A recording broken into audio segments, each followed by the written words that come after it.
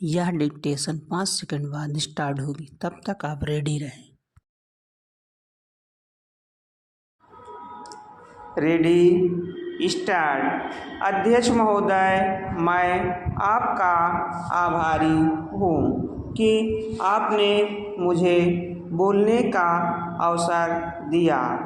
इस देश के वर्तमान भारी संकट के समय में और विशेष रूप से उस समय जबकि हम लड़ाई से अभी निवृत्त हुए हैं और आकाश में लड़ाई के बादल दूसरी तरफ से आने शुरू हुए हैं। हमारे वित्त मंत्री ने जो बजट पेश किया है वे इसके लिए बधाई के पात्र हैं। यद्यपि भिन्न भिन्न पहलुओं को लेकर आलोचनाएं की गई हैं, लेकिन यदि उनकी कठिनाइयों को भी देखा होता कि राष्ट्र को किन किन संकटों का सामना करना पड़ रहा है, इस बात पर भी अगर मेरे से पहले बोलने वाले वक्ताओं ने विचार किया होता तो मेरा विश्वास है कि उनकी आलोचनाओं का आधार कुछ दूसरा होता।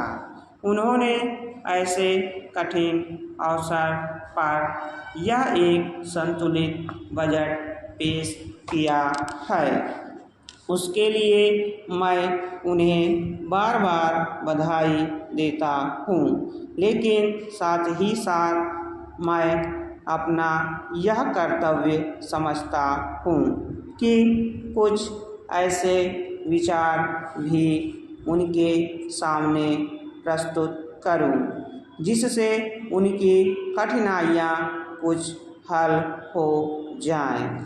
उदाहरण के रूप में विगत 2 वर्षों में लेखा जोखा कमेटी में बैठने के समय मुझे ऐसा अनुभव हुआ है कि इस देश में 2-3 इस प्रकार की त्रुटियां मौजूद हैं जिनको दूर करने के लिए, जिनकी जांच करने के लिए यदि कोई एक कमेटी या आयोग बिठा दिया जाए तो राष्ट्र को, राष्ट्र की सरकार को, राष्ट्र के विकास कार्यों को और राष्ट्र की रक्षा व्यवस्था के लिए करोड़ों नहीं अरबों की व्यवस्था फौरन हो सकती है।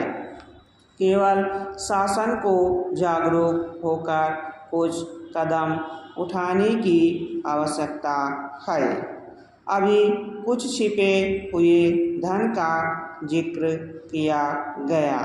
सरकार ने भी समय समय पर ऐसा आभास दिया है कि इस देश में लगभग 30,000 करोड़ रुपए का छिपा धन मौजूद है।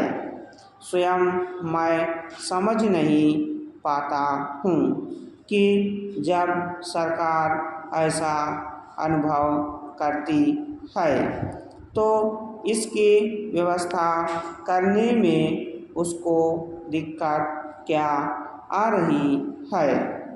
ऐसा मालूम होता है कि कहीं इच्छा शक्ति की कमी है।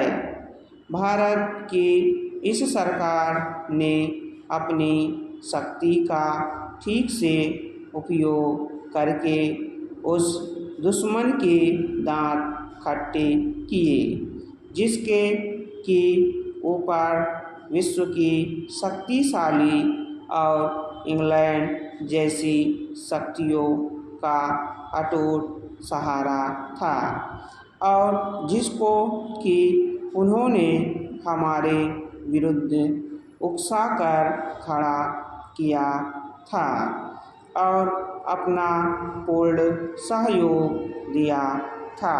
स्टॉप।